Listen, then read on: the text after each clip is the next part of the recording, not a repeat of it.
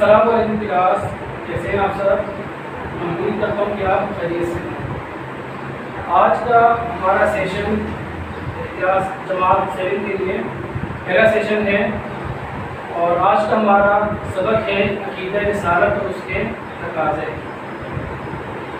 پہلے بچوں یاد رکھیے ہمیشہ کہ کوئی بھی شخص جو صرف لا الہ الا اللہ پڑھ لے وہ مسلمان نہیں ہو سکتا جب تک کہ وہ محمد رسول اللہ بھی نہ پڑھے۔ یعنی صرف اللہ تعالیٰ کو مان لینا کافی نہیں ہوتا اسلام میں داخل ہونے کے لیے، بلکہ اللہ تعالیٰ کو ماننے کے ساتھ ساتھ نبی پاک صلی اللہ علیہ وسلم کی رسالت کا اقرار کرنا، ان کو ماننا بھی اسلام میں داخل ہونے کے لیے ضروری ہے۔ اسی کو عقیدہ رسالت کہتے ہیں، یعنی رسالت پر ایمان لانا۔ رسالت کے لغوی معنی کیا ہیں؟ رسالت کے لغوی معنی ہیں پیغام پہنچانا۔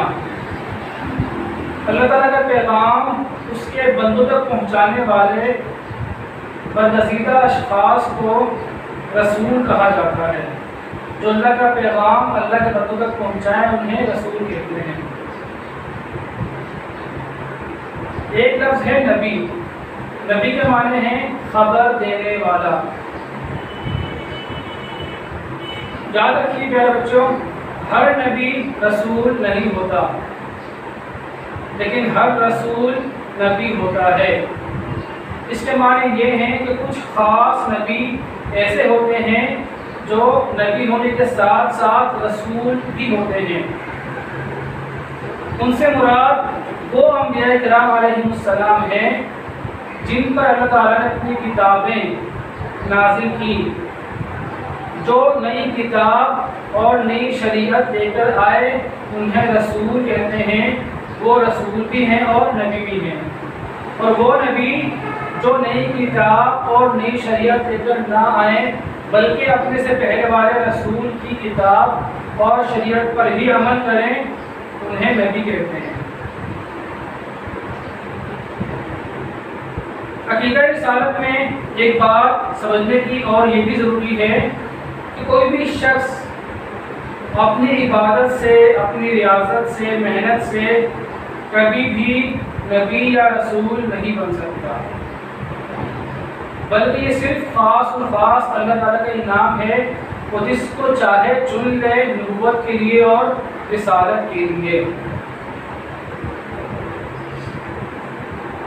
اللہ تعالیٰ نے اس دنیا میں انسانوں کی ہدایت کے لیے تقریباً 1,24,000 انبیاء کرام علیہ السلام مبعوث فرمائے۔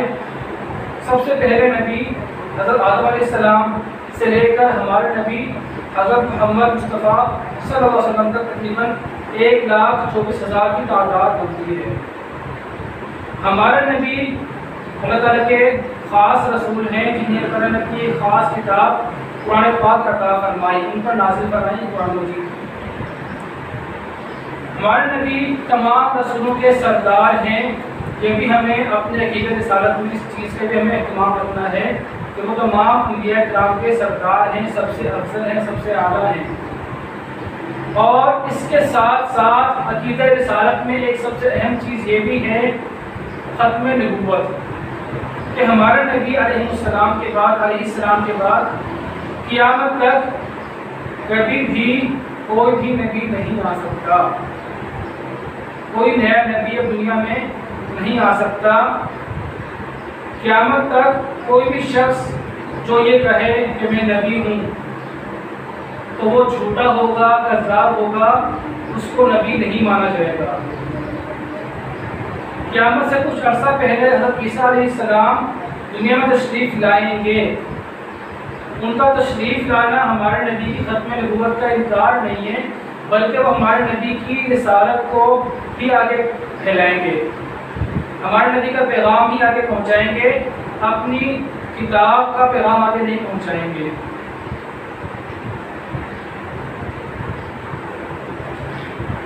آئیے چلتے ہیں اگلے پیراگراف کی طرف۔ عقیدہ رسالت کی اہمیت، اس بات کو دل سے تسلیم کرنا کہ اللہ تعالیٰ نے انسانوں کی ہدایت کے لیے جتنے بھی رسول بھیجے وہ سب اللہ تعالیٰ کے نیک، برگزیدہ، متقی اور معصوم بندے تھے۔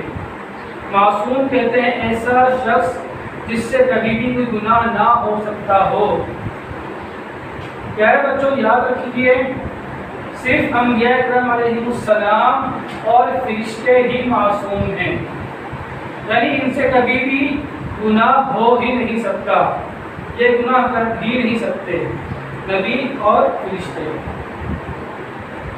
کسی بھی نبی میں کوئی عیب یا کمی نہیں تھی، وہ تمام مخلص اور سچے انسان تھے، اور جو کام اللہ نے ان کے ذمہ لگایا وہ انہوں نے اپنے احسن طریقے کے ساتھ اپنی ذمہ داری کو انہوں نے ادا کیا۔ تمام انبیاء کرام نے ایک بیسک، ایک بنیادی درس اپنی امت کو دیا، توحید کا درس، وحدانیت کا درس۔ اس کے ساتھ ساتھ ہر نبی کی امت کسی ایک خاص گناہ میں مبتلا ہوتی تھی۔ مثلا شعیب علیہ السلام کی قوم میں ایک برائی تھی ناپ تول میں کمی کرنا، تو شعیب علیہ السلام نے توحید کے ساتھ ساتھ خاص طور پہ اس برائی سے بھی لوگوں کو روکا۔ تو تمام انبیاء کرام علیہ السلام نے اسی طرح اپنی قوم کو توحید کے ساتھ دیگر اخلاقی برائیوں سے اور گناہوں سے بھی روکنے کی بھرپور کوشش کی۔ آئیے دیکھتے ہیں کہ ختم نبوت کے بارے میں کون سی آیت قرآن پاک میں نازل ہوئی۔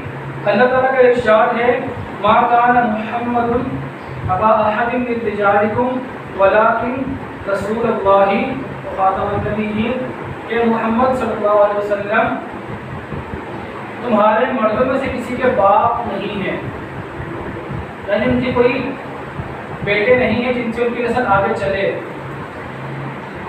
تو اس پہ بعض لوگ جو ان پہ بہتان لگاتے تھے، ان کے بارے میں بری باتیں کرتے تھے، حضرت زید بن حارث کے حوالے سے۔ وہ ہمارے نبی کے منہ بولے بیٹے تھے، اور جب انہوں نے اپنی بیوی کو طلاق دی تو ہمارے نبی صلی اللہ علیہ وسلم نے ان کی بیوی سے ان کی عدت کے بعد نکاح کیا تھا اللہ تعالیٰ کے حکم سے۔ تو لوگوں نے کہنا شروع کر دیا کہ وہ انہوں نے اپنے بیٹے کی بیوی سے نکاح کر دیا، تو وہ حضرت زید بن حارث ہمارے نبی کے سگے بیٹے نہیں تھے، منہ بولے بیٹے تھے۔ تو اس آیت میں ان کا انکار ہے، اس بات کا انکار ہے کہ محمد صلی اللہ علیہ وسلم تمہارے مردوں میں سے کسی کے باپ نہیں ہیں، یعنی سگے باپ نہیں ہیں، باپ کی طرح تعظیم کے لائق ہیں، باپ سے زیادہ تعظیم کے مستحق ہیں، لیکن باپ نہیں ہیں۔ دوسری بات، ولیکن رسول اللہ، لیکن اللہ تعالیٰ کے رسول ہیں، وخاتم النبیین، اور نبیوں میں سب سے پچھلے، یعنی سب سے بعد میں آنے والے۔ اس آیت سے صراحتاً وضاحت کے ساتھ یہ ثبوت ملتا ہے کہ ہمارے نبی سب سے آخری نبی ہیں، اب قیامت تک کوئی اور نبی نہیں آ سکتا۔ آئیے چلتے ہیں آگے ایک اور پیراگراف کی طرف۔ آج کے سیشن کا آخری پیراگراف وہ ہے رسالت کے تقاضے۔ پیارے بچوں، ہم پیارے نبی محمد مصطفیٰ صلی اللہ علیہ وسلم کی امتی ہیں، ان کی امت ہیں۔ ہم آپ کی رسالت کو سچے دل سے مانتے ہوئے تسلیم کرتے ہیں، اور آپ کو آخری نبی بھی مانتے ہیں۔ پیارے بچوں، رسول اللہ کی ذات پر ایمان لائے بغیر ہم اللہ تعالیٰ کو نہیں مان سکتے، نہیں جان سکتے۔ اللہ تک پہنچانے والے، اللہ کے بارے میں ہمیں بتانے والے جو ہیں وہ ہمارے نبی پاک صلی اللہ علیہ وسلم ہی ہیں۔